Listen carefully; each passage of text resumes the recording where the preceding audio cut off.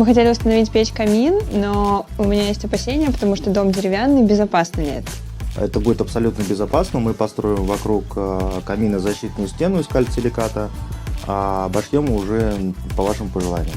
Я в этом совершенно не разбираюсь, у меня только есть картинки, как я хотела бы, чтобы это выглядело. Мне очень нравится, когда за камином обшита стена кирпичом. Как это можно сделать? Ну, это, скорее всего, будет не кирпич, это будет специальный материал, типа клинкера, что-то такое. Отлично, давайте уже начнем, там замерзли.